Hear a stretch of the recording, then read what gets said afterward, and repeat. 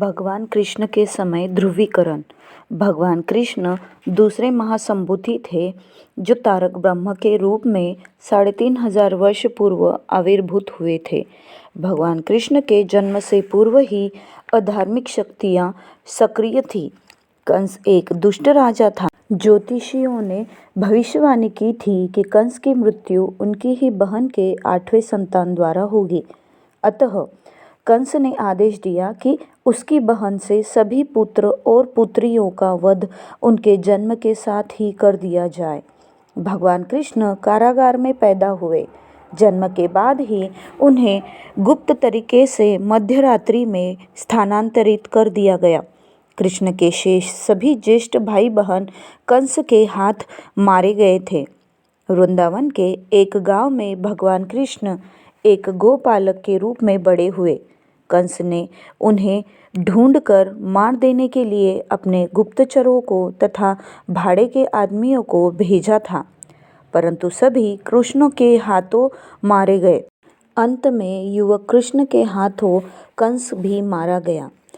इसके बाद भारत के सभी अन्यायी राजा महाराजा एकजुट होकर कृष्ण पर धावा बोल दिए। भगवान कृष्ण को कंस की राजधानी मथुरा से पलायन करना पड़ा। मरुस्थल से होते हुए हजारों कोस दूर अरब सागर के एक द्वीप में जाकर बस गए। उन्होंने वही द्वारकापुरी का निर्माण किया, जो आगे चलकर एक आकर्षक एवं शक्तिशाली नगर के रूप में विख्यात हुआ। उनकी अगुवाई में अन्यायी शक्तियों के विरुद्ध सशक्त यादव सेना का गठन किया गया। तत्कालीन भारत के क्रूर राजे महाराजे कृष्ण से ईर्ष्या करते थे। उन्हें हजम नहीं हो रहा था कि एक साधारण गोपालक की ख्याति दिनों दिन बढ़ती जा रही थी। उन लोगों ने उन्हें मार डालने के लिए शिशुपाल नामक राजा को भेजा। इस कार्य के लिए उसे सैन्य बल के साथ नैतिक समर्थन भी दिया गया, परंतु भगवान कृष्ण के नेतृत्व में यादव सेना ने हमलावरों को नष्ट कर दिया। केवल शिशुपाल ही बच निकला था। भगवान कृष्ण का शिशुपाल को न मारने का कठोर आदेश था। शिशुपाल वापस आकर सभी अन्यायी राजे महाराजाओं से मिला। उसे अतिरिक्त सैन्य बल प्रदान की गई। इस सैन्य बल के साथ उसने दोबारा द्वारिका पर हमला बोल दिया। इस बार भी शिशुपाल को पराजय का मुख देखना पड़ा। उसकी सेना नष्ट हो गई, परंतु उसकी जान बच गई थी। यादवों ने कृष्ण से पूछा, हर बार शिशुपाल को छोड़ देने के पीछे क्या मंशा है? सभी दुष्ट राजाओं से निपटने के लिए मेरे पास वक्त नहीं है। शिशुपाल मेरा ही काम कर रहा है। भगवान कृष्ण ने उन्हें बताया। ऐसा 18 बार हुआ। शिशुपाल उन्हें एकत्रित कर बार बार हमला करता था। सभी लड़ते लड़ते जब नष्ट हो गए या थक गए तो भगवान कृष्ण ने यादव सेना को मथुरा की ओर कूच करने का आदेश दिया। भारत मेरी प्रतीक्षा कर रहा है, भगवान कृष्ण ने कहा। विलासिता में लिप्त यादव सेना ने जाने से इनकार कर दी। भगवान कृष्ण स्वयं उन अन्यायी राजाओं से भिड़ने के लिए कूच किए। दक्षिण दिल्ली से 150 किलोमीटर दूर एक साम्राज्य था जिसकी राजधानी हस्तिनापुर थी। वहाँ भरतवंश के उत्तराधिकारी कौरव और पांडव राज कर रहे थे। पांडव सरल स्वभाव के थे। भगवान कृष्ण उनके इष्ट थे। वे कृष्ण के बताए मार्ग पर चलते थे। कृष्ण उनके भगवान थे। कौरवों ने चालबाजी से उनका सारा राज्य हथिया लिया। पांडवों को दर दर की ठोकर खानी पड़ी। हर प्रकार से कौरव उनका शोषण कर रहे थे। कौरवों ने षड्यंत्र से उन्हें जलाकर मार डालना चाहा, परंतु कृष्ण ने विदुर को भेजकर उनके जीवन की रक्षा की। विदुर कृष्ण के अनन्य भक्त थे। पांडवों की पत्नी का नाम द्रौपदी था। वह राजा द्रुपद की कन्या थी। द्रौपदी से अर्जुन का विवाह तीरंदाजी प्रतियोगिता में जीत हासिल करने के बाद हुआ था। द्रौपदी 5 पांडवों भाइयों की सामूहिक पत्नी थी। इस व्यवस्था के कारण 5 भाइयों में एकता बनी रही। दुष्ट कौरवों से लोहा लेने के लिए यह एकजुटता अपरिहार्य थी। द्रौपदी से विवाह के उपरांत कृष्ण के हस्तक्षेप से पांडवों को आधा राज्य तो मिला, परंतु जमीन पथरीली तथा जंगल झाड़ियों से भरी पड़ी थी। भगवान कृष्ण के निर्देशन में पांडवों ने श्रम तथा कौशल से उसे एक सुंदर नगर में बदल दिया। यही इंद्रप्रस्थ नए राज्य की राजधानी बनी। वर्तमान भारत की राजधानी दिल्ली ही उस समय का इंद्रप्रस्थ था। पांडवों की संपन्नता से कौरव ईर्ष्या करने लगे। उन लोगों ने कपट से पांडवों को जुआ में हराकर उनके राज्य को हड़प लिया। इतने से ही उन्हें संतोष नहीं हुआ। उन लोगों ने पांडवों को अपना गुलाम बना लिया। उनकी पत्नी द्रौपदी को भी भरे दरबार में निर्वस्त्र कर अपमानित करने की कुचेष्टा की, परंतु भगवान कृष्ण ने द्रौपदी के लाज की रक्षा की। जब असहाय द्रौपदी ने पूर्ण समर्पण भाव से पुकारा, कृष्ण ने उनकी आबरू और मर्यादा की रक्षा की थी। पांडवों को जुआ में हराकर कौरवों ने उन्हें 13 वर्ष के लंबे वनवास में भेज दिया। 13 वर्ष तक वनवासी की जिंदगी बिताने के बाद जब पांडव लौटे तो कौरवों ने उनके राज्य को नहीं लौटाया।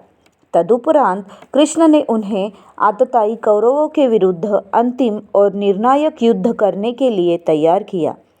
कृष्ण और पांडवों के विरुद्ध देश विदेश की सारी अधार्मिक शक्तियां एकजुट हो गई थी। यहाँ तक कि जीवन के अंत में यादव सेना भी कृष्ण के विरुद्ध उठ खड़ी हुई थी।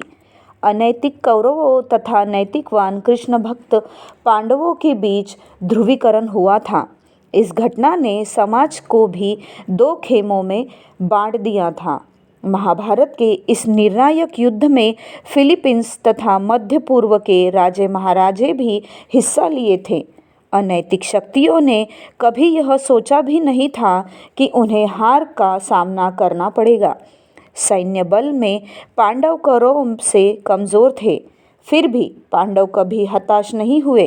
अर्जुन जैसे योद्धा के सारथी स्वयं भगवान कृष्ण थे। महाभारत का भीषण युद्ध 18 दिन तक चलता रहा। पांडवों के हाथों अनैतिक शक्तियों की पराजय हुई। इस प्रकार भगवान कृष्ण ने यह सिद्ध कर दिया कि असुरी शक्तियाँ कितनी भी बलशाली क्यों न हो, अंत में उनका अंत होता ही है। महाभारत युद्ध का यही सबक है। युद्ध के उपरांत कृष्ण और पांडव मिलकर ग्रामीण उत्थान के लिए 20 वर्षों तक बड़ी मेहनत करते रहे। ग्रामीण अंचल के लोगों की अभूतपूर्व सामाजिक, मानसिक तथा आध्यात्मिक प्रगति हुई। कृष्ण के नेतृत्व में समाज शांति, समृद्धि की नई ऊंचाइयों को छुआ। जब भी तारक ब्रह्म आते हैं, समाज में ध्रुवीकरण होता है। ऐसा शिव और कृष्ण के समय में भी हुआ था, अभी बाबा के समय में भी हो रहा है। घात प्रतिघात के मध्य ही उनके द्वारा प्रतिपादित आदर्श की स्थापना होती है। जब भगवान शिव और भगवान कृष्ण के काल में यह हुआ था, स्वाभाविक है कि बाबा के समय में भी यही होना था। बाबा ने अपने द्वारा प्रतिपादित आदर्श की स्थापना के लिए आनंद मार्ग की स्थापना की। सार्वभौमिकतावाद तथा विश्व बंधुत्व की स्थापना ही इसका लक्ष्य है। जब कोई संस्था ऐसे विराट दर्शन को लेकर आती है, समाज में ध्रुवीकरण का होना अनिवार्य है। समाज 2 खेमों में बंट जाता है। एक वर्ग सार्वभौमिकतावाद के पक्ष में, दूसरा इसके विरुद्ध खड़ा होता है। मैंने आप बीती कहानियों के माध्यम से यह प्रमाणित करने की कोशिश की है कि आनंद मार्ग कोई सामान्य संस्था नहीं है। यह ऐसी संस्था है जिसका लक्ष्य सार्वभौमिकता तथा विश्व बंधुत्व जैसे उच्च आदर्शों को प्रस्तापित करता है। भगवान शिव के समय संकीर्ण मनोभाव के लोग उनके विरुद्ध एकजुट हो गए थे, परंतु उन्हें अंत में पराजय का मुख देखना पड़ा। भगवान कृष्ण ने स्वयं अधार्मिक शक्तियों के विरुद्ध युद्ध का उद्घोष किया था, उसे भी मुंह की खानी पड़ी थी। महाभारत में अपार धन जन क्षति हुई थी। यह युद्ध अवश्य ही विनाशकारी था। परंतु इसका अंतिम परिणाम सबके लिए कल्याणकारी साबित हुआ। संघर्ष की देन है कि भगवान शिव चारों मूल नस्लों को एक सूत्र में बांधने में सफल हुए थे। भगवान कृष्ण भी दक्षिण एशिया के संघर्षरत लोगों को धर्म के रास्ते पर लाने में सफल हुए थे। बाबा के आविर्भाव का एक ही उद्देश्य है, एक सार्वभौम मानव समाज की स्थापना करना। भगवान कृष्ण ने घोषणा की, मैं साधुओं की रक्षा तथा दुष्टों के विनाश के लिए प्रत्येक युग में अपना सृजन करता हूँ। मैं तुम्हें सभी पापों से मुक्त कर दूंगा।